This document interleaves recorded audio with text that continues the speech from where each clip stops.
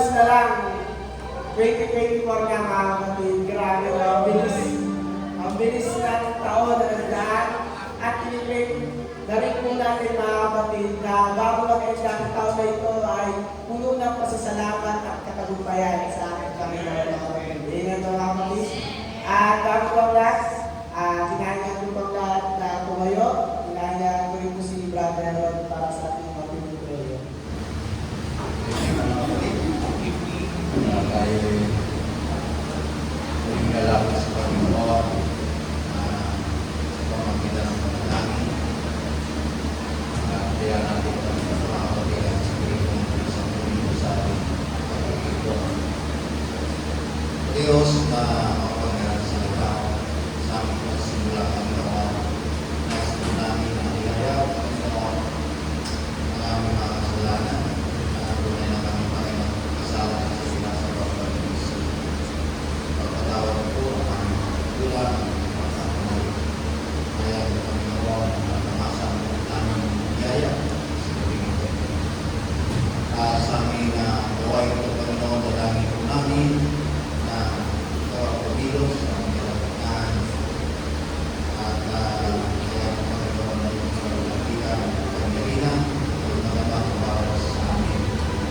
Dalangin po namin Panginoon mga kapatid patungo rin mo sa nagawin ito ng aming Panginoon. At isa lang Panginoon, dalangin po namin na muli ka mag-usap sa amin sa pamamagitan ng tawag na tayo sa aming mga pagkailabaran siya ng wisdom upang sa ganun ng Panginoon ay mayamin ng Panginoon ang tunay na mensahe na galing sa Diyos. Sa Panginoon ang aming mga puso, ang aming kaisipan, paunawa mo sa aming Panginoon ang mensahe sa linggo para buhay namin sa pang-araw-araw ng Diyos. At ito kasama pa ang Panginoon siya po Diyos sa mga natutira ng aming gawain. Ikaw kami sa magdalangin sa mga Kristo. Amen. At maraming salamat sa Diyos at tinakatay na ligtas sa lugar nito pagpapuri ngayong gabi. Amen? So, samahan po kami sa pagpapuri sa ating Panginoon. Bakit tayo masayang sa ating Diyos sa buhay. Glory to Jesus.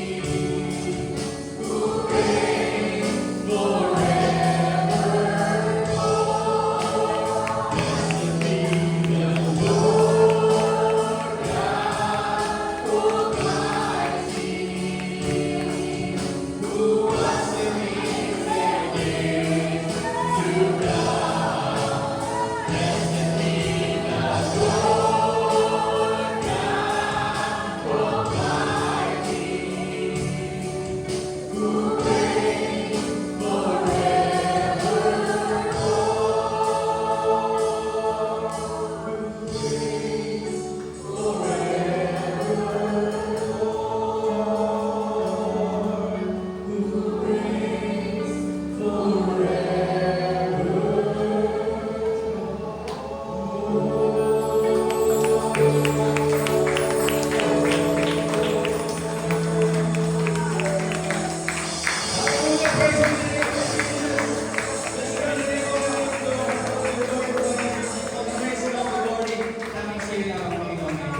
to God. Good morning mga kapatid. Ang ganda ng activity natin. Nakakabuhay ng dugo. Gising na gising. I'm sure gising na gising pa ang lahat, no?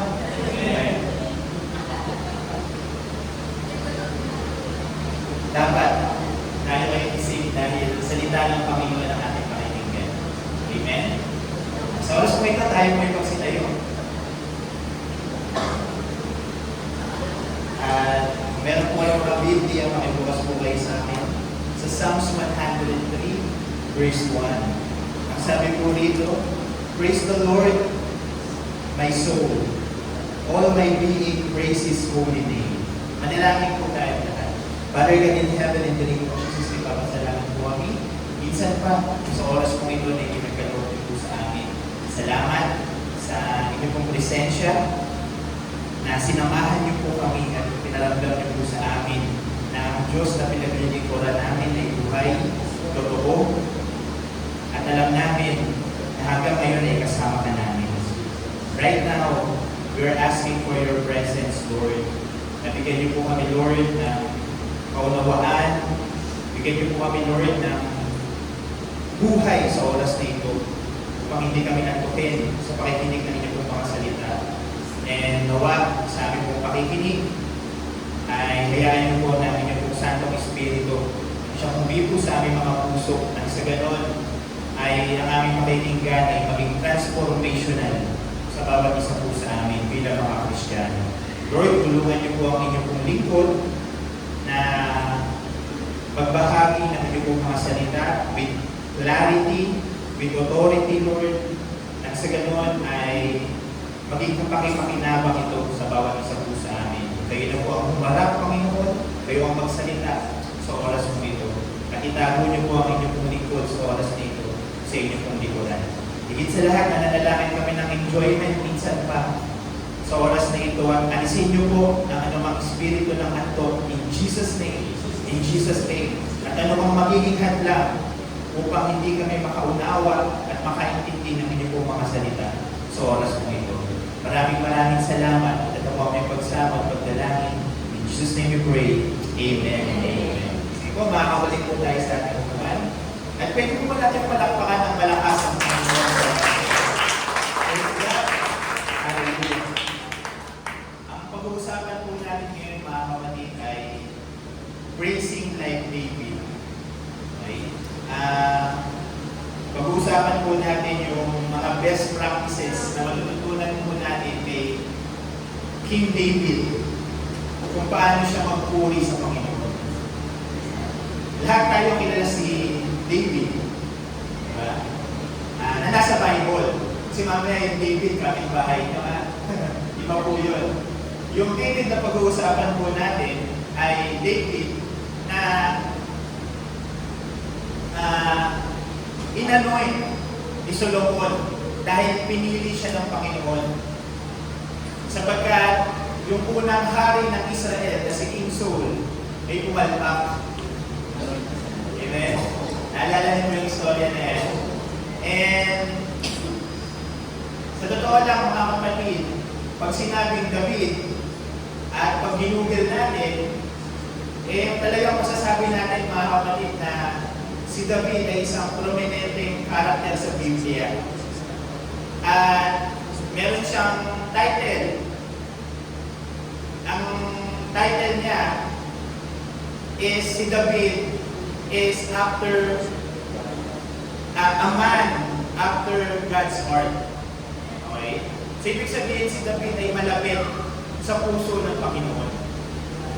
Right? Kaya naman napakagandang pag-usapan sa oras na ito si Haring David sapagkat bukod kay Jesus Christ, isa rin siyang example sa bawat isa sa atin. Marami tayong matututunan sa Kanya. Sa Kanyang buhay. Di ba? At alam naman natin yung isa sa mga sikat na ginawa niya, di ba? Na tinalo niya yung Goliath. Isang Palestinian, tinalo niya. Na tinalo niya yun nung siya ay bata pa. Di ba? Pinabaksak niya isang Goliath, isang warrior mula pagkabata. Pero tinalo lang ng isang ordinary shepherd boy. So,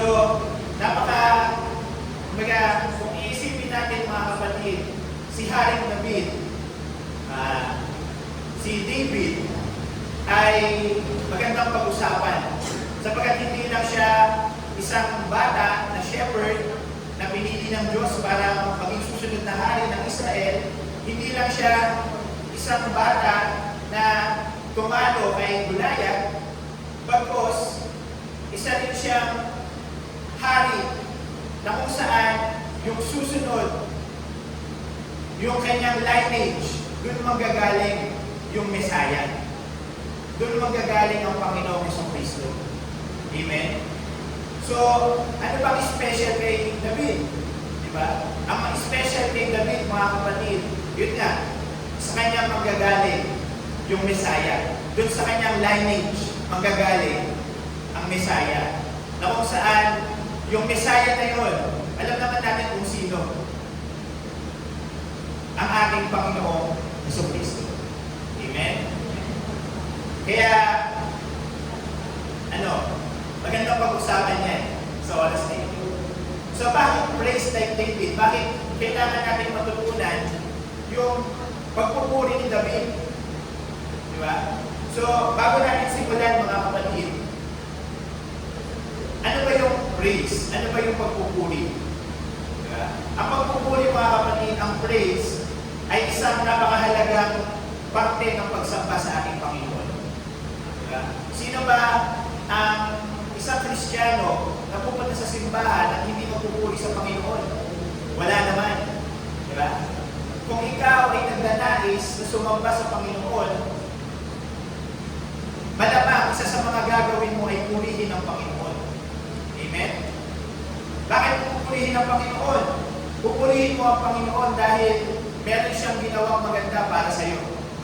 Meron siyang ginawa na milagro sa iyong buhay. Meron ginawa ang Diyos na mahalaga sa iyong buhay. At bagamat tayo ay makasalanan, tayo ay tinanggap ng Panginoon. Pero higit pa sa lahat ng iyon, mga kapatid, bukod pa sa lahat ng mga ginawa ng Panginoon sa ating mga buhay, ang pagpupuri, mga kapatid, ay pagpupuri hindi lang sa ginawa ng Panginoon sa atin. Bagkos, nagpupuri tayo dahil siya ay Diyos. Amen? So, ibig sabihin, mga kapatid, praising God is simply praising God for who He is. Hindi lang dahil sa provider siya, hindi lang dahil sa protector siya, hindi lang dahil sa nagpapala siya. Alam niyo po, meron isang kanta na sana makanta namin one day. Okay?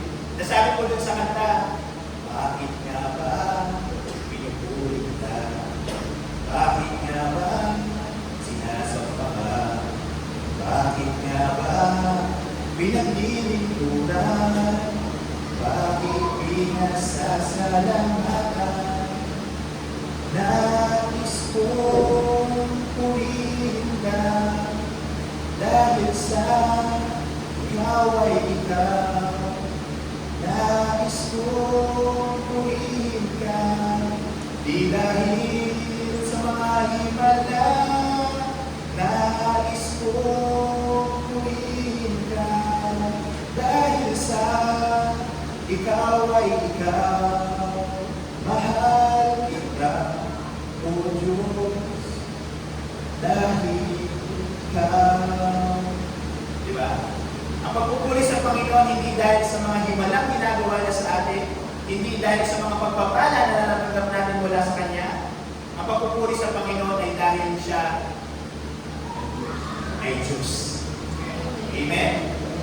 So, ang pagpupuri mga kapatid ay simple lang. Ganun. Wala nang iba. Amen? Kaya, makikita natin ito mga kapatid na ang isang Kristiyano hindi talaga pwede na reklamador.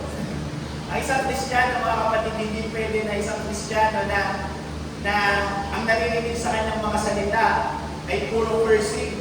Diba? Kasi sabi lang ni Brother Dingdong dito kanina sa kanyang preaching na yung lips na ginagamit mo hindi pwede na yung lips na ginagamit mo pagpupuri sa Panginoon ginagamit mo din sa sa pag-verse. Sapagkat yung labi natin bilang mga Kristiyano dapat ang buhay ng labi natin mga kapatid ay ang purihin at sambahin ng Panginoon. Amen? So, ayun yung isang bagay na matututunan natin sa buhay ni Haring David. Amen? At napakarami kong di-research mga kapatid, paano ba ako makakaral? Paano ba natin makikita yung mga best practices na matututunan natin kung paano mas magpuri si Haring David? At meron akong na-research mga kapatid na ito pala yung bukod ng kabuuan ng pagsamba ni Haring David. At makikita natin ito sa kanyang mga awit na makikita natin sa Psalms 103. Okay? So sabi po rito sa Psalms 103, kung meron po kayong mga Biblia, mga kapatid, mas maganda basahin mo natin ng isang buo. Sabi po rito, bless the Lord, my soul, all my being, praise His holy name. Praise the Lord, my soul, and do not forget how kind He is. He forgives all my sins and heals all my diseases. He keeps me from the grave and blesses me with love and mercy. He fills my life with good things so that I stay young and strong like an eagle. The Lord judges in favor of the oppressed and gives them their rights. He revealed His plans to Moses and let the people of Israel see His mighty deeds. The Lord is merciful and loving, is slow to become angry, and full of constant love. He does not keep on rebuking. He is not angry forever. He does not push us as we deserve or repay us according to our sins and wrongs. As high as the sky is above the earth, so great is His love for those who honor Him. As far as the east is from the west, so far does He remove our sins from us. Verse 13, as a father is kind to his children, so the Lord is kind to those who honor Him. He knows what we are made of. He remembers that we are dust. As far as life, as for us, our life is like grass. We grow and flourish like a wild flower. Then the wind blows on it, and it is gone. No one sees it again. For those who honor the Lord, His love lasts forever, and His goodness endures for all generations. Of those who are true His covenant, and who faithful obey His command. Verse 19, the Lord placed His throne in heaven. He is King over all. Praise the Lord, you strong and mighty angels, who obey His command, who listen to what He says. Praise the Lord, all you heavenly powers, you servant of His, who do His will. Verse 22, praise the Lord, all His creatures in all the places He rules. Praise the Lord, my soul. So makikita po natin mga kapatid na ito ang bukod ng buhay ni David bilang isang mananamba sa Panginoon. So, isa-isahin natin mga kapatid. Dito po sa verses 1 and 2, sabi po rito, praise the Lord my soul, all my being, praise His holy name. Praise the Lord my soul, and do not forget how kind He is. Dito, makikita natin mga kapatid, yung practice ni David kung paano magpuri sa Panginoon. Okay?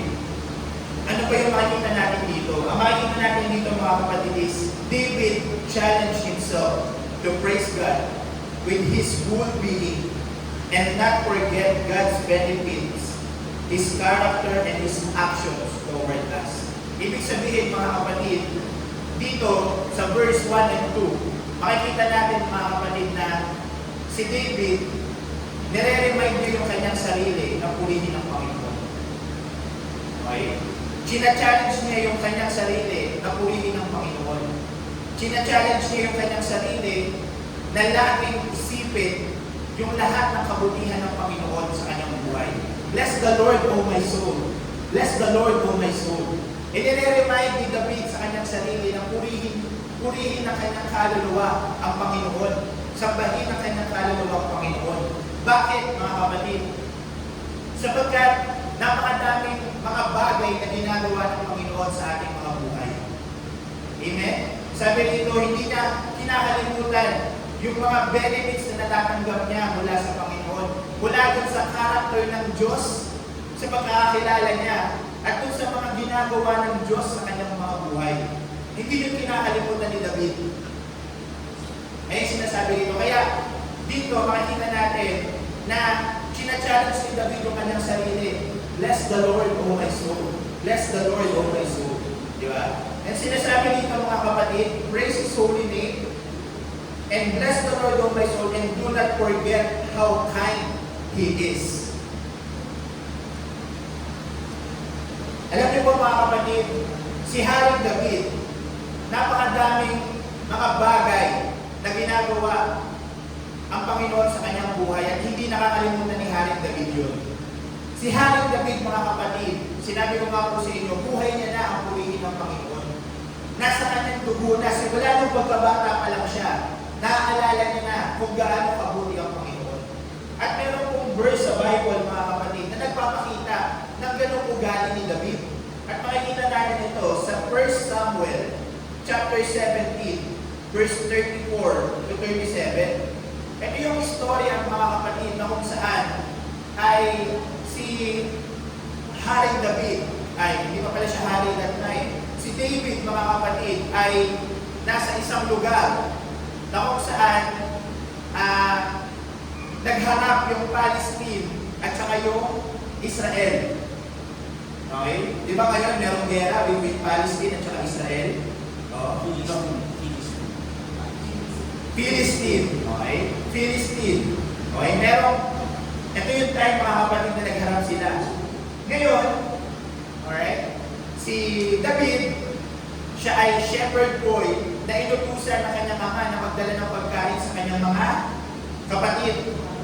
At itong mga Philistine, tama na po ba? Itong mga Philistine na ito ay narinig ni Haring David na china-challenge itong mga Israelites. Sapagkat ang mga Philistine na ito ay malalaki, okay? Malalakas. Ang mga Israelites, mga maliliit na, medyo takot. Okay? Pero iba tong si David. Si David, okay, nung narinig niya yung pang-iinsulto ng Philistine na ito, okay, iba yung naramdaman ni Haring David. Okay? Dahil walang gustong lumaban kay Goliath. Dahil walang gustong humarap sa kanya, si David na lang yung nagpresenta. Okay? Bakit? Kasi makikita natin, mga kapatid, yung God's benefit ni David nung siya ay shepherd boy pa lang. Ganito yung sabi ni David nung kinausap siya ni Solomon. Siyempre, itong si Solomon, si King Saul, itong si King Saul ay hindi naniniwala na kayang labanan yung pastit na si David, si Goliath. Diba? Alam natin yung istorya. Diba? Sabi ni King Saul, sigurado ka ba? Hindi mo pwedeng labanan, bata ka pa. Pero alam niyo kung anong sabi ni David? Ang sabi ni David, 1 Samuel 17, 34 to 37, Your Majesty, David said, I take care of my father's sheep. Anytime a lion or a bear carries off a lamb, I go after it, attack it, and rescue the lamb. And if the lion or bear turns on me, I grab it by the throat and beat it to death. I have killed lions and bears, and I will do the same to this heathen Philistine who has defied the army of the living God, the army The Lord has saved me from the lions and bears. He will save me from this Philistine. Di ba? So makikita natin dito yung God's benefit ni David. Di ba? Meron na siyang confidence sa Panginoon dahil nakita ni David, mga kapatid, yung ginawa ng Panginoon sa kanyang buhay. Di ba? Kaya sinasabi dito ni Haring David, bless the Lord, O my soul, and forget not how kind He is. Di ba? So, ibig sabihin, dito natin matututunan, mga kapatid, na if you really want to praise God like David, dapat hindi natin kinakalimutan yung mga ginagawa ng Panginoon sa iyo, sa atin, kahit na maliit na bagay lang yan. Amen? Kagaya ni Haring David, di ba? Kinumpara niya yung Goliath sa kanyang harapan, na sinabi mga kapatid dito sa verse nito, sa istorya na ito, hindi mo kaya labanan si Goliath kasi warrior na siya simula nang pinanganak siya. Di ba? Sabi niya Haring David, pero ito yung sinabi niya. Di ba? Kinumpara niya sa lion at saka sa bear. Di ba? Dahil sinabi ni David, kung kaya akong i-deliver ng Panginoon mula sa bear at saka sa lion, kaya din niya akong i-deliver mula sa Philistine na ito. Di ba? So, makikita natin, mga kapatid, yung God's benefit dito. Di Haring David, yung confidence niya sa Panginoon na kung kaya kong patayin yung lion and bear, kaya ko din patayin ito. Di ba? Itong Philistine na ito na iniinsulto ang Panginoon. Di ba? Yung army of the living God. Amen? So, yan yung isa sa mga best practice na pwede natin matutunan kay Haring David. And by the way, mga kapatid, natutunan ko rin, mga kapatid, na si David pala, okay, ay isa lang pala siyang ordinary na shepherd boy. Sa totoo lang, mga kapatid, based on sa mga na-research ko, di ba, hangang-hanga tayo kay David dahil alam na natin yung mga ginawa niya. Pero during that time, mga kapatid, si David is nobody. Okay? Hindi mahalaga si Haring David. Actually, hindi siya impressive person para sa mga tao noong that time. Okay? Kaya nga, ano lang siya eh, tagapastol ng pupa. Okay? Ano yung patunay, mga kapatid?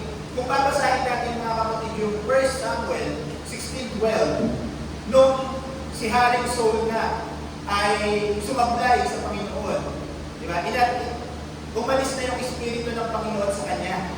Di ba? At sabi ng Panginoon, pinatawag niya si Samuel para hanapin yung susunod na hari na Israel. So, nagpunta siya sa bahay ni Jesse. Okay? At doon sa bahay ni Jesse, merong 7 magkakapatid. Di ba? At kasama doon si David. Pero, doon sa selection ng mga magiging hari, hindi kasama si David. Pinakita ni Jesse yung 6 niya na mga anak. Di ba? Pinakita niya. Pero, pagkatapos nung makita yung 6 doon, wala yung magiging susunod na hari. Miski isa wala. Di ba? Kaya sabi ng Panginoon, hindi ito yung mga hinahanap ko na susunod na hari. Di ba? Kaya ang sabi ni Samuel kay Jesse, wala ka na bang ibang anak? Baka meron pa. Diba? Isipin niyo yun, mga kapatid, ha? Diba? Mababasa natin yung mga kapatid sa 1 Samuel 6:12. Okay? Ibig sabihin, mga kapatid, hindi priority si David na ipakilala na hindi siya part dun sa selection, hindi siya counted para kay Jesse. Kasi, para sa kanila, si David ay hindi impressive. Siguro yung mga kapatid ni David, no? Mga pogi, malalaki ang katawan, mga macho, di ba? Baka merong bachelor's degree, di ba? During that time. Joke lang. Okay? Pero baka gano'n, kumbaga yung tinitingnan ng tao, di ba? Baka yun yung hinahanap, di ba? Kaya nga sabi ng Panginoon, huwag mong titingnan yung itsura, sapagkat hindi ako doon nakatingin sa itsura. nakatingin ako sa puso. Yun yung sabi ng Panginoon, di ba? Kay Samuel, na propeta. Kaya ano nangyari mga kapatid? Di ba? Makikita natin mga kapatid na nung pinatawag ni Jesse si David na nagpapastol ng lupa, o ano nangyari? Diba? Nakita ni Solomon na nakita ni Samuel, ni Prophet Samuel na nung pinatawag ni Jesse si David, okay, may gawin si Jesse, yun yung tatay ni David, okay, na pinatawag ni Jesse si David na nagpapastol ng lupa, nakita ni Samuel na ito pa lang si David, pogi. Diba? Eh, sabi dito, kung meron kayong mga Bible, pakibuklat na lang mga kapatid. 1 Samuel 16:11, sabi dito, okay? Ano siya? Pogi.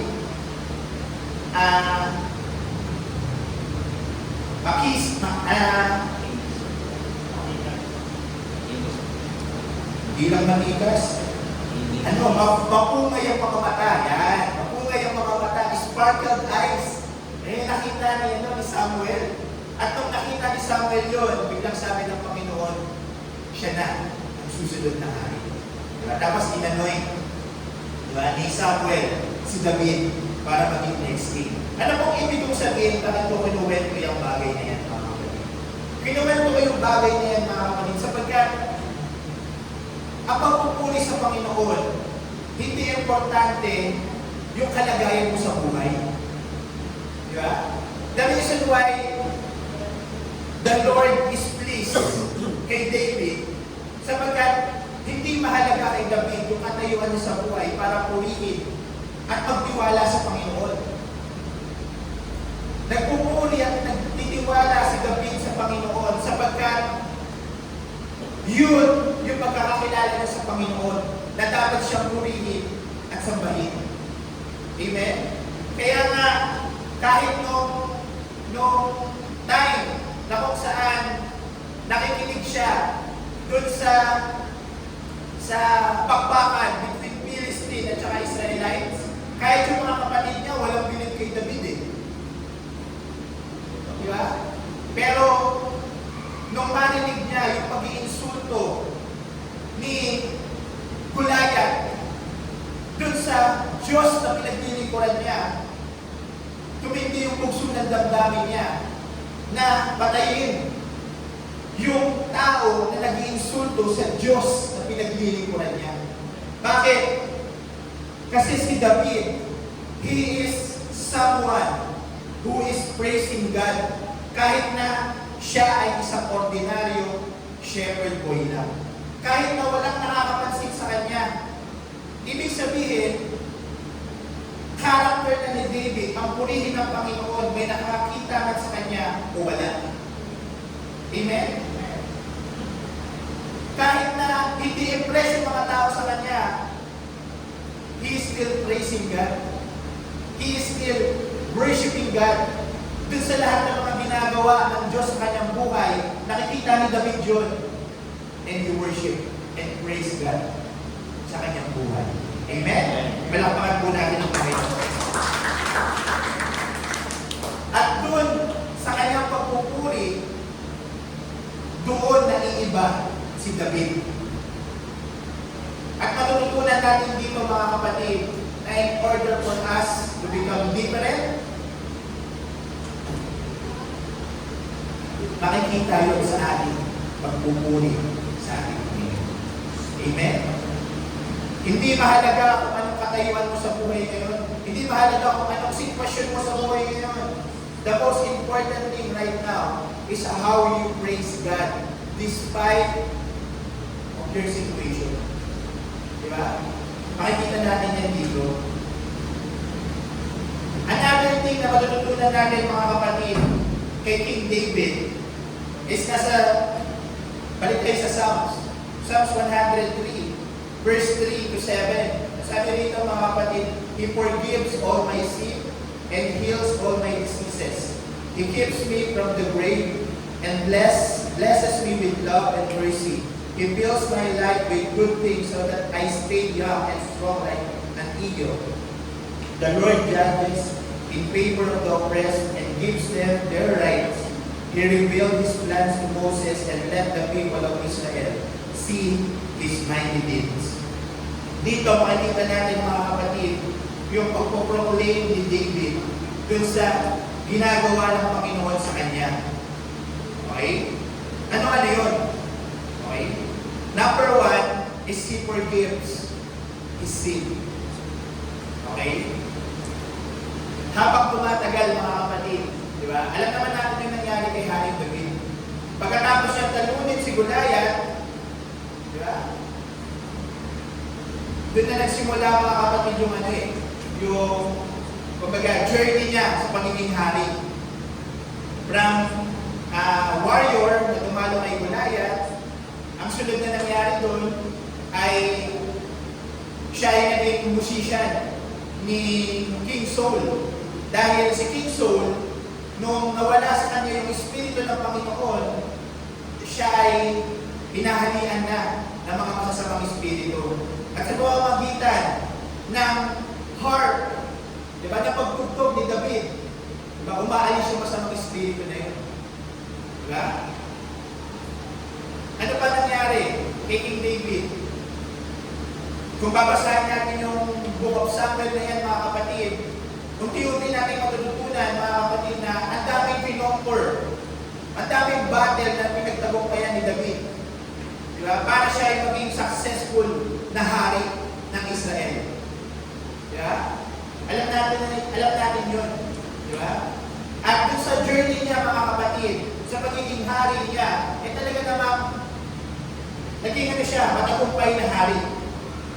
Kaso, one day, diba? Instead na siya ay nasa labanan, instead na siya ay gumagawa, anong nangyari kay David? Diba? Siya ay nag-decide na magpahinga. Na ang naging resulta ay pagkahulog sa kasalanan. Amen. Ito ang pinag-uusapan natin ngayon mga kapatid ay isa sa mga madidilim na pangyayari sa buhay ni David. Sapagkat ito mga kapatid, itong pangyayari sa buhay ni David mga kapatid ay pagkukumit niya ng two heinous crime, which is adultery and murder. At alam niyo ba mga kapatid kung ano yung isa sa mga natutunan ko dito? Isa sa mga natutunan ko dito mga kapatid ay nung nagkumit pala si David ng two heinous crime na ito. Okay? Hindi pala agad nag-repent si David. Hindi pala siya agad nag-repent. Okay? Bakit? Ano natin nasabi mga kapatid? Kung babasahin natin yung 2 Samuel verse 11 to 27. Okay? Basahin natin.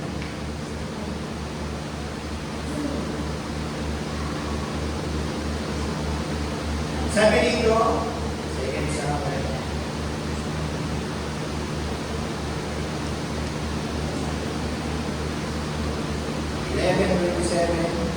Sabi nito, when the time of mourning was over,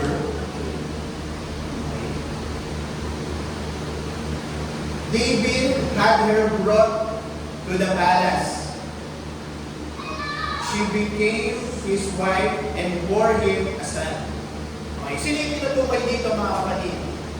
At tinutukoy niya dito mga kapatid ay si Bathsheba. Si Bathsheba, ito yung babae na naging dahilan kung bakit nagkasala si King David. Okay? Dahil nagandahan siya. Okay? Dahil naseduce siya. Okay? Dahil nakita niya itong naliligo. Okay? At nais niya itong maging asawa. Okay? At ang nangyari dun sa kanyang desire kay Bathsheba, ito ay nagbunga. Nabuntis. Alright? At itong si Bathsheba, may asawa. Okay? Ang asawa niya, si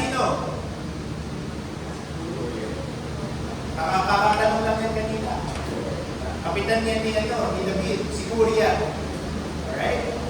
Ngayon, itong si Uriah ay kapitan ni David na magaling.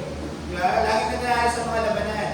Pero pinatawag ni David para sisipingan sana, pero dahil matapat na tao, diba? Sabi niya, hindi ko kaya na makita na sumisipig sa akin anak, tapos lumalaban yung aking mga doon, diba? Aking mga kampi. Diba? Kaya nagpumili, diba? Na lumaban. Nung nabalitaan ni Haring David, sabi niya, diba? Nagpadala ng mensahe na, o sige, ilagay niyo na lang si Uriah sa harapan. Diba? Kasi kapag nilagay sa harapan ng labanan, madaling mamamatay. Diba? At nagtagumpay si Haring David. Nagtagumpay siya. Diba? Namatay talaga si Uriah. At ang nangyari, diba? Ito yung nangyari. Ito na, yung verse na binasa natin. When the time of mourning was over. Sino yung pinagluksaan dito? Diba? Si Uriah. Nung tapos na pagluksaan si Uriah, diba? Sabi dito, David had her brought to the palace. Ibig sabihin, dinala ni David si Bathsheba sa palasyo para maging hari. Para kanya maging asawa. Okay? At yung dinadala ni Bathsheba na anak ay kanya ipinanganak. So ibig sabihin mga kapatid, noong time na si Haring David ay nagkasala, okay? Hindi pa nare-realize si David yung kasalanan niya during this time. Naniniwala ba kayo doon? Di ba? Bakit mga kapatid? Kasi mababasa natin dito sa verse na ito na si David pinarases muna na maging asawa si Bathsheba. Alam niyo po ba, during that time, bago mo madala yung isang babae para yung maging asawa, may proseso yun.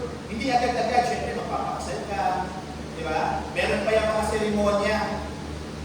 Okay? At kung babasahin po natin mga kapatid yung history, may mga seremonya pa yan na ginagawa. Syempre yung kasal, di ba? And it takes months bago mo maging asawa yung isang babae. So, syempre, si Bathsheba, buntis, ano nangyari? Sabi dito, pinanganak niya yung kanyang anak na lalaki. So, hindi naman, di ba, gano'ng katagal bago manganak ang isang babae? It takes 9 months. So, ibig sabihin mga kapatid, marahil kung susumahin natin, mga 1 taon ang lumipas. 1 year ang lumipas mga kapatid. Okay? Doon sa process na yun, naging asawa ni David si Bathsheba at ipinanganak yung kanya anak na lalaki kay Bathsheba. Diba? 1 year ang lumipas. Ibig sabihin mga kapatid, si David, pagkatapos niya magkasala, hindi agad siya nag-repent. Hindi niya na-realize yung kanyang kasalanan. Diba? At alam niyo po ba mga kapatid, makikita natin dito, okay, na isa sa mga bagay na matututunan natin na kapag tayo nagkasala, para tayong si Haring David. Okay? Ano ibig kong sabihin? Merong pattern na kasalanan. Okay? At yung pattern na kasalanan na ito, evident din kahit sa Biblia. Ano pong ibig kong sabihin? Kapag tayo nag-commit ng kasalanan, ang number 1 response ng isang Kristiyano is hindi mag-repent. Alam niyo kung ano? Magtago. Mag-move on. Naniniwala ba kayo? Bigyan ko kayo ng example sa Adam and Eve.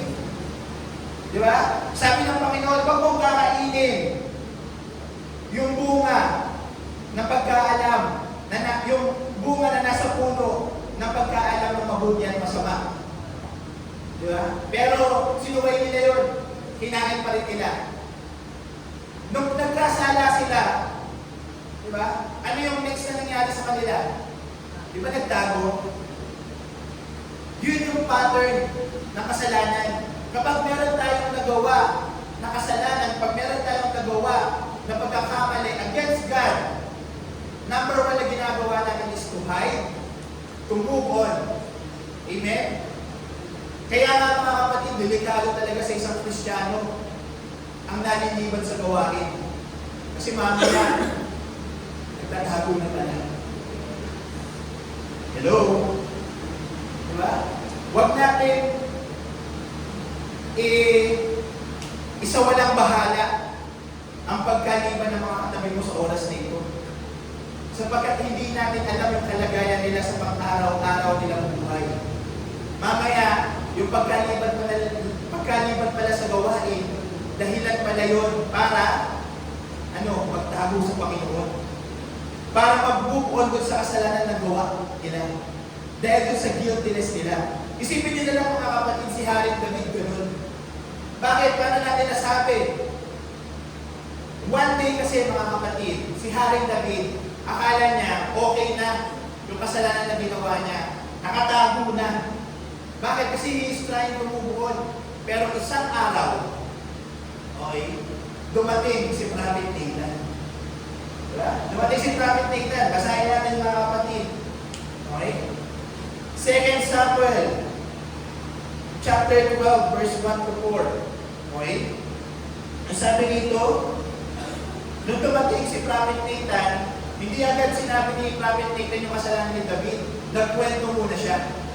Okay? Ano yung kinuwento ni Prophet Nathan? Ang kinuwento ni Prophet Nathan, sabi dito, there were two men who lived in the same town. One was rich and the other poor. The rich man had many cattle and sheep, while the poor had only one lamb, which he had bought. He took care of it, and it grew up in his home with his children. He would fed it some of his own food, let it drink from his cup, and hold it in his lap. The lamb was like a daughter to him. O sabi ni Prophet Nathan, nagkwento muna siya. Sabi ni Prophet Nathan, meron daw dalawang lalaki na naninirahan sa isang lugar. Yung isa mayaman, yung isa mahirap. Yung mayaman, maraming sheep at cattle. Okay? Samantalang itong mahirap, merong nag-iisang lamb na pinili niya. At itong lamb na ito, inaalagaan niya, pinapalaki niya, pinapakain niya. Di ba? At sabi rito, inaalagaan niya na parang sariling anak itong lamb na ito. Okay? So ngayon, sabi rito, one day, a visitor arrived at the rich man's house. The rich man didn't want to kill one of his own animals to fix a meal for him. Instead, he took the poor man's lamb and prepared a meal for his guests.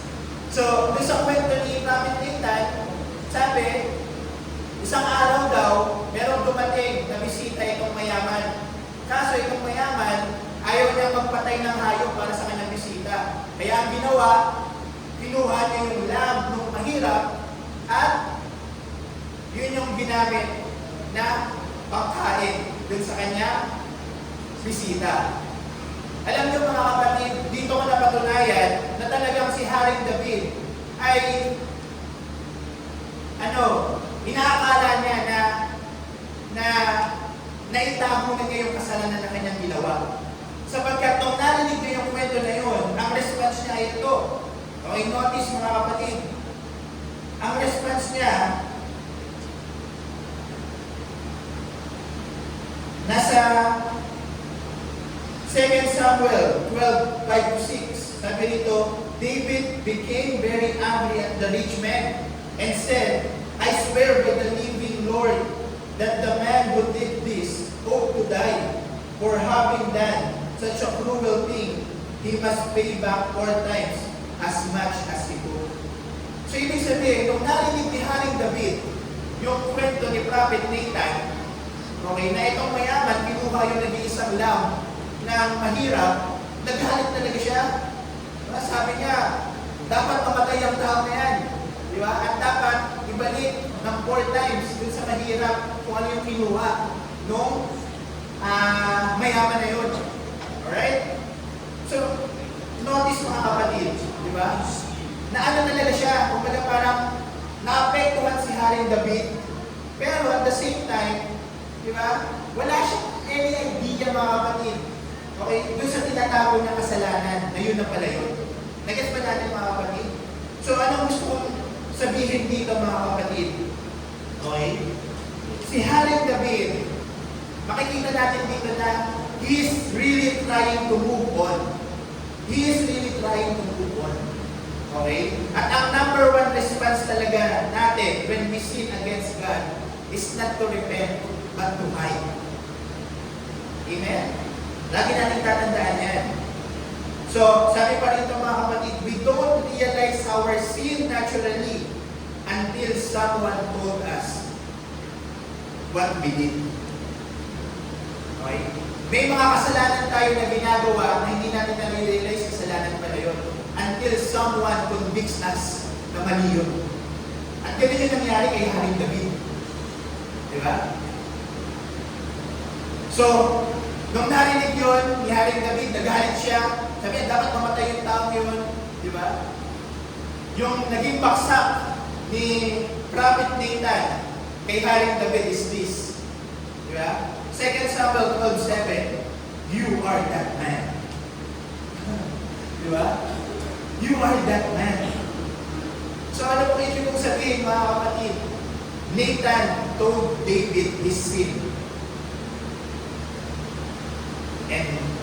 And that then, di ba? David realized his sin. Diba? So, anong kinalaman nito mga kapatid sa pagpupuri sa Panginoon? Anong kinalaman ng kasalanan ni David sa pagsamba sa Panginoon? Ganito kasi yan mga kapatid, meron lang tayong dalawang response. Kapag na-realize natin na nagkasala tayo sa Panginoon, yung unang response is to run away and hide. Yan yung unang response. The second response is to repent and confess. At alam niyo po ba mga kapatid, na si Haring David, the reason why, bagamat two heinous crime yung ginawa niya, okay, after his life, okay, he still, kumbaga, ano pa rin siya, he's still a man after God's heart. Okay? Bakit mga kapatid?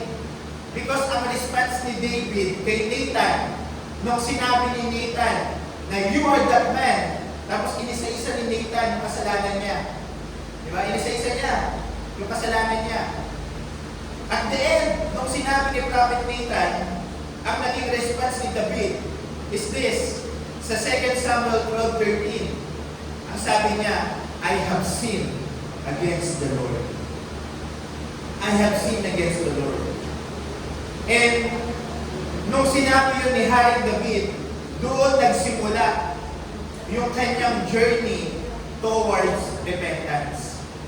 Doon nagsimula yung kanyang journey patungo sa paghingi ng tawad sa ating Panginoon. Kaya nalikha yung Psalms chapter 32. Yung Psalms chapter 32 mga kapatid, kung babasahin natin yan.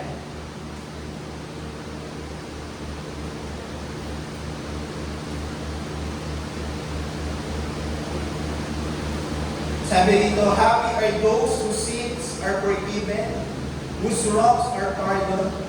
Happy is the one whom the Lord does not accuse of doing wrong, and who is free from all deceit. When I did not confess my sin, I swore out from crying all day long. Day and night you punish me, Lord. My strength was completely drained, as moisture is dried up by the summer heat. Then I confess my sin to you. I do not conceal my wrongdoings. I decided to confess to you, and you forgive all my sin. Dito, makikita natin mga kapatid na sinabi ni Haring David, nung siya ay hindi pa nagpo-confess doon sa kanyang mga kasalanan, iba daw yung pakiramdam na kanyang nararamdaman. Tagtuyot. Diba? Sabi nito tagtuyot. Diba? Para siyang pinaparusahan. Sabi ni Haring David.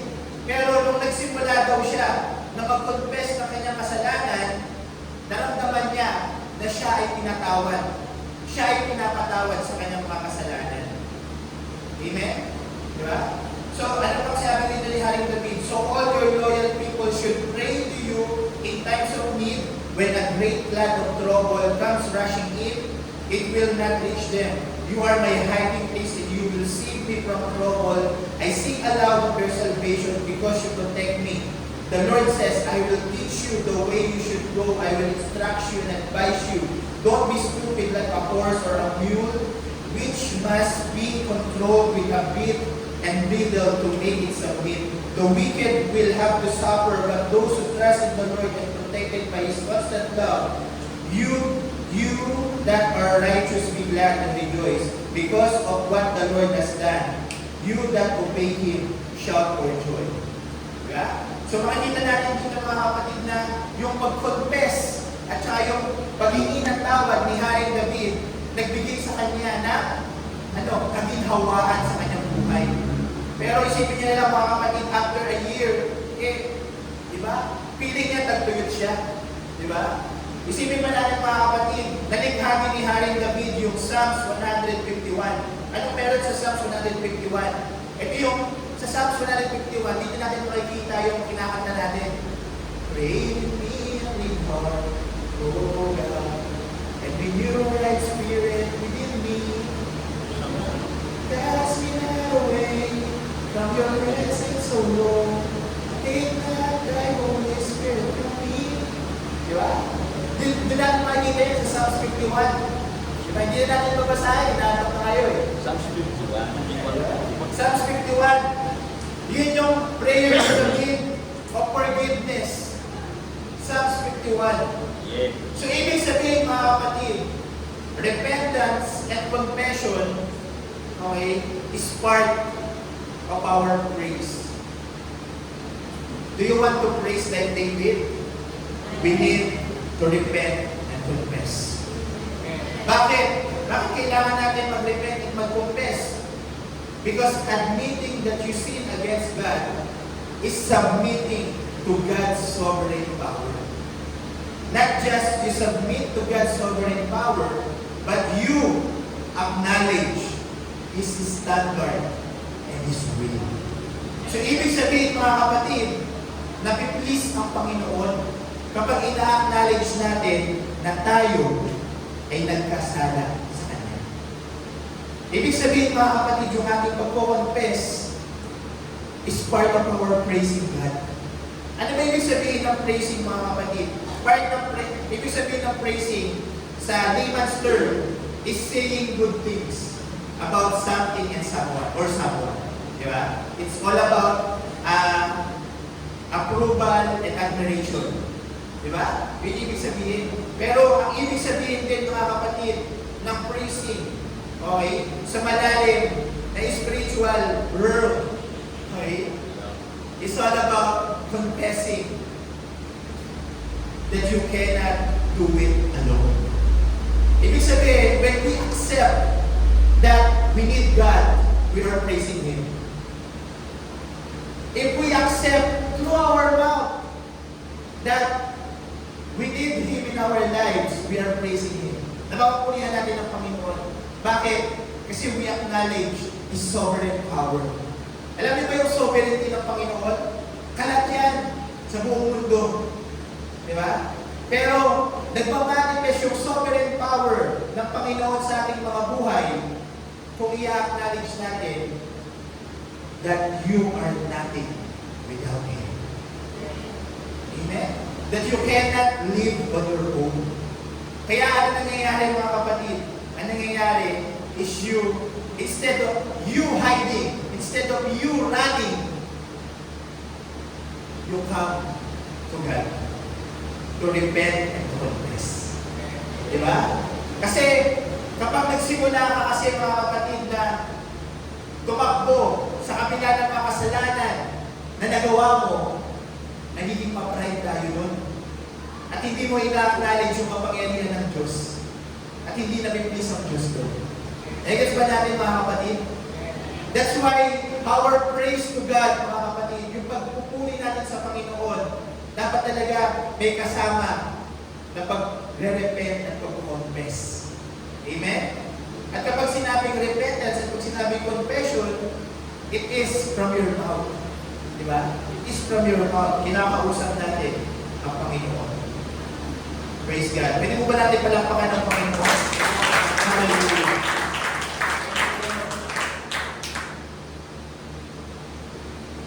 So, makikita natin dito mga kapatid, yung kaibahan ni David, yung difference ni David, di ba? Despite na naging makasalanan siya, di ba? He's still a man after God's heart. Amen? At makikita natin yan mga kapatid sa Acts 13:22.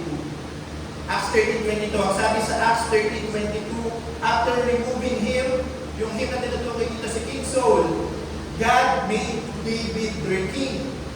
This is what God said about him. I found that David, son of Jesse, is the kind of man I like, a man who will do all I want him to do. Ganun yung ugali ni David. Di ba? Gagawin ni David kung ano yung gustong ipagawa sa kanya ng Panginoon. Di ba? At pinakita ni David yun sa pamamagitan ng pag-response niya kay Jesse. Pag-response niya kay Prophet Nathan. Di ba? Isipin niyo na lang si Haring David. Hari siya. Pero nung na-realize niya na nagkasala siya, di ba? Ang desire pa rin ng puso niya ay purihin ang Panginoon. Di ba? Ang desire pa rin niya. Kaya ang nasabi na lang niya, nung na-realize niya na nagkasala siya, I sin against God. Amen? So, yun yung pangalawa mga kapatid. Yung pangatlo, makikita natin sa Psalms 103, verse 8.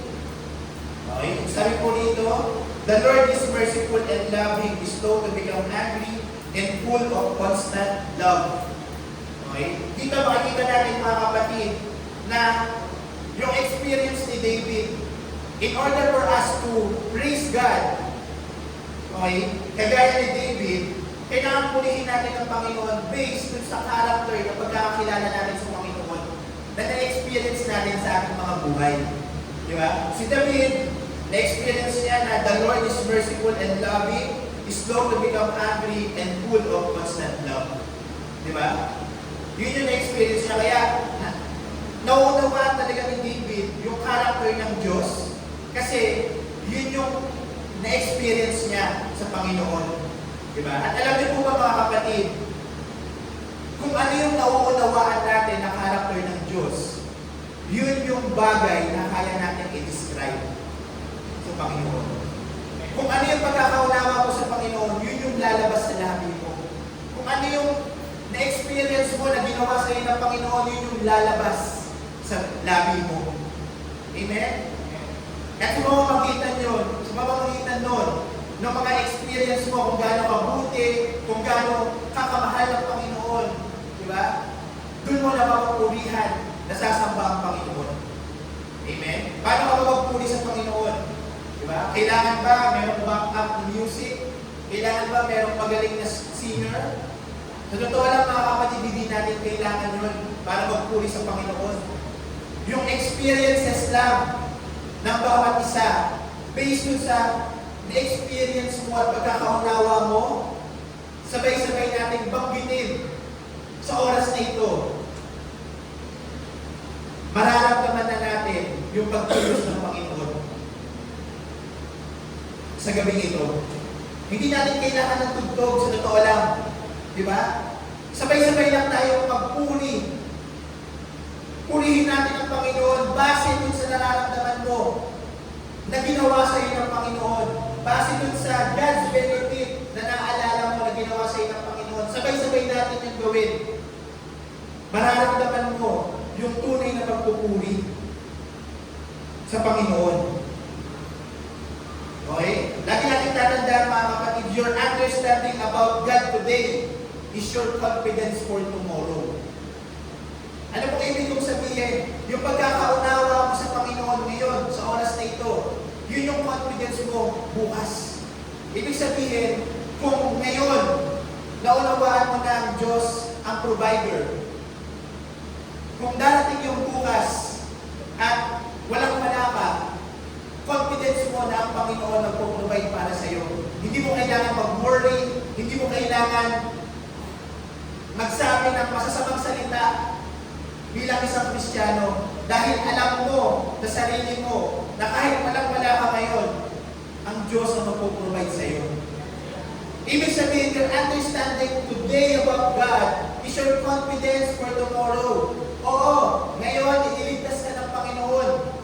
At kung bukas, magkakaroon ka ng problema ulit, yung understanding mo yesterday will be your confidence today. Kasi yun yung ginawa sa iyo ng Panginoon dati na kaya din gawin ng Panginoon sa iyo ngayon. Amen? That's how we praise God like David. Amen? Kaya huwag kayo matutulog mga kapatid. Diba? Alauna na. Pwede ba hanggang tayo? Diba? Sabi dito, Psalms 103 verse 9 to 13. Sabi dito, He does not keep on rebuking. He is not angry forever. He does not punish us as we deserve or repay us according to our sin and wrongs. As high as the sky is above the earth, so great is His love for those who honor Him. As far as the east is from the west, so far does He remove our sin from us. As a father is kind to his children, so the Lord is kind to those who honor Him. David praises God that even though he has the right to become angry because of our sin, He is incredibly loving and compassionate to those who follow Him. Dito bro sa verse na 9 to 13, pinupuri ng Panginoon ng Diyos sa kabila na kahit na merong karapatan ng Diyos na magalit sa bawat isa sa atin. Meron siyang karapatan. Di ba na magalit ng Diyos sa bawat isa sa atin? Meron siyang karapatan. Pero hindi yun ginagawa ng Panginoon because of His unconditional love to each and every one of us. Di ba? Ginagawa yun ng Panginoon na mahalin tayo, intindihin tayo. Di ba? Bakit mo hindi pupurihin ng Panginoon dun sa bagay na yun? Di ba? Kaya dapat talaga, kagaya ni David, unawain natin na despite of our wrongdoings, of our pagkukulang, di ba? Nananatiling tapat ang Diyos sa iyo. Amen? Sabi pa rin mga kapatid, verse 14, He knows what we are made of. He remembers that we are dust. Ano ibig sabihin mga kapatid? Alam naman ng Diyos na tao alam. Di ba? Minsan kasi mga kapatid, ang Diyos, di ba? Alam, tanggap ka naman ng Panginoon kung sino ka. Pero, ikaw, hindi mo tanggap sa sarili mo kung sino ka.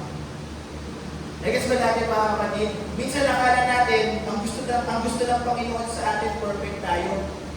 Pero sa totoo lang mga kapatid, mahal tayo ng Panginoon. Mahal ng Panginoon yung mga imperfections na meron tayo. Di ba? Because God is a very loving God and He is very compassionate to each and every one of us. Amen? Sabi pa rito, verse 15 to 18, As for us, our life is like grass. We grow and flourish like a wild flower. Then the wind blows on it, and it is gone. No one sees it again. But for those who honor the Lord, His love lasts forever, and His goodness endures for all generations. David praises God because God loves remain throughout generation for those who follow His will. Diba? Paglingkuran mo ang Panginoon ngayon. Diba? Naniniwala si David na kapag nagpuri siya sa Panginoon at naglingkuran niya ang Panginoon ngayon, diba? Damay, pati yung kanyang mga anak. Yung generation of his generation. madadamay sa kanyang paglilingkod sa Panginoon ngayon. Amen? Diba? As for me and my house, we will serve the Lord. Diba? Isa man, yung, ano nga yung verse? Yung sinasabi na isa man yung mananampalataya sa tahanan. Diba? Siya at yung kanyang sambayanan ay maliligtas. Diba? Totoo yan mga kapatid. Pero saan nagsisimula? Nagsisimula sa pagpupuri mo sa Panginoon. Amen? Kaya purihin natin ang Panginoon mga kapatid. Verse 19 to 21, the Lord places His throne in heaven. He is king over all. Praise the Lord, you strong and mighty angels who obey His command, who listen to what He says. David notes na hindi lang tayo mga kapatid nagpupuri sa oras na ito. Hindi lang tayo yung nagpupuri. Okay? Sa earth na ito mga kapatid, dito sa lugar na ito, bagkos, nagpupuri tayo mga kapatid kasama yung mga heavenly beings. Kasama natin na nagpupuri ang mga angels, kasama natin na nagpupuri, okay, yung mga lingkod ng Panginoon dun sa langit. Kaya, kapit ka mga kapatid, di ba? Huwag ka matulog, di ba? Meron kang kasama sa oras na ito, di ba? Last verse, verse 22. Praise the Lord, all His creatures in all the places He rules. Praise the Lord, my soul. So sa madaling salita, bumalik si David to remind yourself to praise the Lord. Diba? Always remind yourself to praise the Lord. Diba? Conclusion. Diba? How David praised God? Okay? He praised God for what God has done for us. And he praised God for who God is. Amen. Sa palakpakan natin ng Panginoon. Pwede mo lang sa kayo lahat mga kapatid. At sa oras na ito mga kapatid, inaaniyahan ko ang bawat isa na pwede po ba mga kapatid na tayo ay pumikir. Sige, pero okay matutulog. Inaaniyahan kita sa oras na ito. Sige, tumayo ka sa iyong kinakatayuan sa oras na ito. At inaaniyahan kita. Bago tayo matapos sa oras na ito, galing sa iyong puso, pwede mo bang alalahanin yung mga bagay na ginagawa sa iyong Panginoon? Sige, pwede ba sa oras na ito, bago tayo matapos, without any instrument, without any music, without any singers right now, pwede ba natin napuluin ang apat na sulok ng lugar na ito, ng ating pagpupuri at pagsamba sa Panginoon? Pwede ba sa oras na ito mga kapatid, mula sa iyong puso, lalabas sa iyong mga bibig. Huwag mong intindihin yung katabi mo sa oras na ito kung ano yung sasabihin niya. Ang isipin mo sa oras na ito kung ano yung sasabihin mo sa Panginoon. Dahil lang sa gusto mo na papurihan at sambahin ang Panginoon sa oras na ito. Sige, sa oras na ito mga kapatid, huwag ka lang basta pumikit. Inaaniyahan kita sa oras na ito to open your mouth and say a word of praise. Say a word of praise. Punuin natin ang lugar na ito. Come on, just say a word of praise. Say a word from your heart kung gaano naging mabuti ang Panginoon sa iyo. Come on, church. Each and every one of us. Each and every one of us. Each and every one of us. Say a word right now. Say a word. Say a word. Say a word. Come on. Not just from your heart. Come on. Say a word. Banggitin mo. Banggitin mo, kapatid. Banggitin mo, come on. I ask to each and every one of us, come on. Hallelujah. Hallelujah. Hallelujah. Hallelujah. Hallelujah. Right now, God, we praise you for everything that you've done unto us. Everything. Pasalamatan mo ang Panginoon. Pasalamatan mo ang Panginoon sa lahat ng mga bagay na ginawa niya sa iyo. Mula sa mga bagay na hinita mo. Mula sa mga bagay na nawala sa iyo. Mula sa mga bagay na ibinigay sa iyo ng Panginoon. Come on, just say a word. Just say a word. Pasalamatan mo ang Panginoon sa malaki. Pasalamatan mo ang Panginoon sa maliit. Pasalamatan word. Say your word. Say your word. Come on, just say your word. Say your word. Come on. Come on. Come on. I challenge you right now. I challenge you. Say your word. Say your word. Come on. Come on. Come on. Just say your word. Come on. Come on. Simulan mo sa magpapasalamat kung hindi mo alam kung anong sasabihin mo sa Panginoon. Simulan mo magpasalamat. Wala sa iyong puso, lalabas sa iyong bibig. Come on, church. Come on, church. I believe right now, if we praise God sabay-sabay, we will create a throne. Sa ating kalagitnaan upang umupo ang Panginoon. Sa ating kalagitnaan. He can be able to bless each and every one of us right now. He can bless each and every one of us. Come on. Huwag ka lang basta pumigit. Huwag ka lang basta pumigit. Isipin mo na ang Panginoon nasa iyong harapan. Say your word right now. Say your word. Say your word. Hallelujah.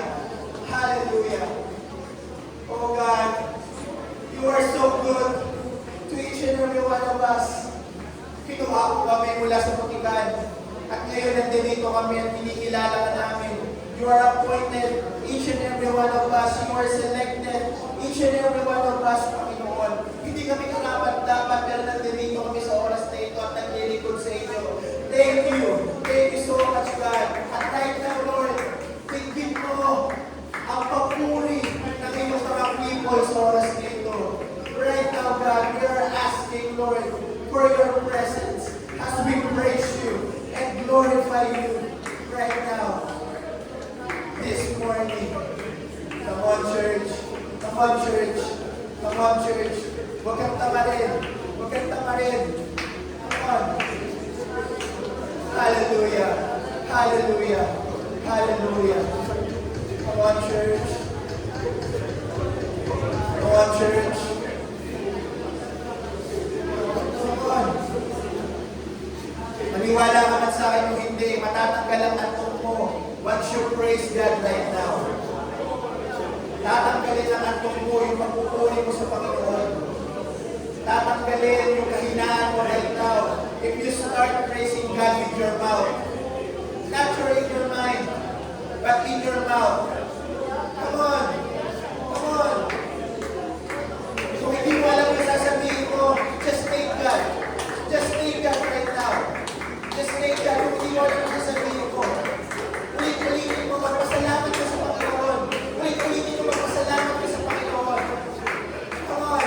I want to challenge you right now to praise God right now. To praise God with your mouth.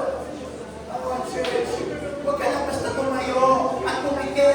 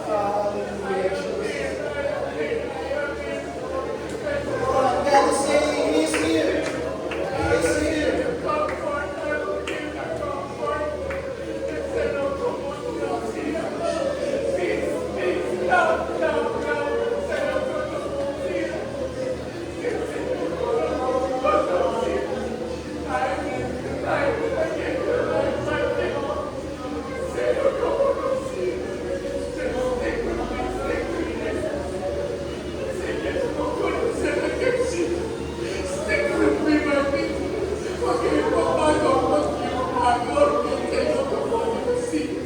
gawin lang, gawin lang, gawin lang. Gawa lang, gawa lang, gawa lang, gawa. There will be joy in your hearts, my people. Instead of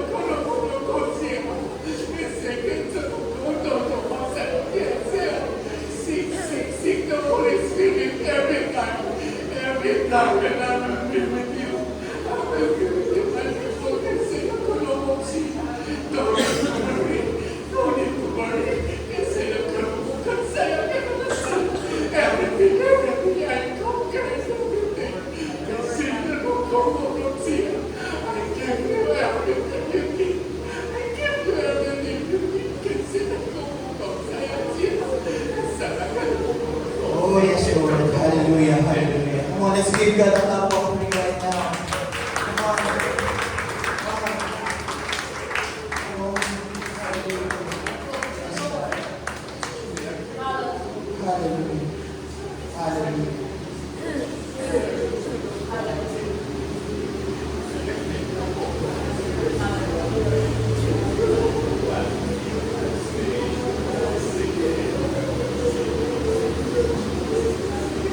Stay in the presence of the Lord.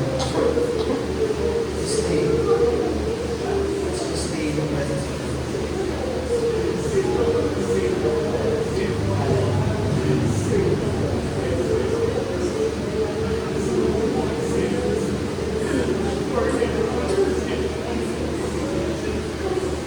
Hallelujah, Jesus. Hallelujah, Jesus. Hallelujah.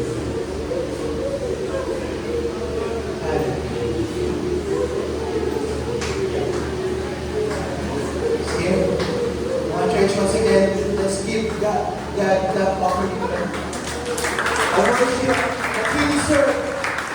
Hallelujah. Hallelujah. Hallelujah. Let's all pray. Father God in heaven, in the name of Jesus. Salamat. Salamat sa iyong presensya. Salamat, sinamahan mo kami. Salamat, kinausap mo kami. Salamat, na niremind mo kami na malapit ka nang bumalik. Salamat, Panginoon, na pinalahanan mo kami na hindi namin kailangan magpahagod. Hindi dapat kami magpagod, hindi dapat kami mangamba, sapagkat kasama ka namin. All we need to do is to stick with you. All we need to do, Lord, is to trust you and to serve you. Gumawa lang para sa iyo at hindi tumigil, Panginoon. And right now, Lord, nawa ito pong baga na amin pong nararamdaman, Lord, ay magbunga ng mga tao na mga kasama namin na magpupuri at maglingkod pa sa iyo. Maraming salamat. Maraming salamat sa lahat ng mga bagay na ginagawa niyo po sa aming mga buhay. Salamat for being our Father. Thank you so much, Lord, for being our provider. Thank you so much for being our protector. Thank you so much for being our healer. Thank you so much, God, for being our teacher. Thank you so much, God, sa lahat ng mga ginawa niyo po sa aming mga buhay. And right now, we just want to love you, and we just want to praise you, and we just want to glorify your name, Lord, sa lahat ng mga ginagawa niyo po sa aming mga buhay. Thank you, thank you, thank you. Nawa po, Panginoon, sa mga susunod naming gawain ay dalhin niyo po kami, dala-dala pa, Panginoon, ay nagbabagang apoy na nararamdaman namin sa aming pong paglilingkod po sa iyo. Maraming salamat po, Panginoon. At ito po aming pagsama at pagdalangin. In Jesus' name we pray. Amen. Magkapit po natin ang basbas ng ating iglesia. Pagpalain nawa, bawat isa sa ating pagpalain, ang inyong pong mga hanap buhay, ang inyong pong pag-aaral, ang inyong mga negosyo at inyong mga trabaho. At nawa gamitin tayo ng Panginoon sa ilalagay po ka ng kanyang gawa. You're dismissed in Jesus' name.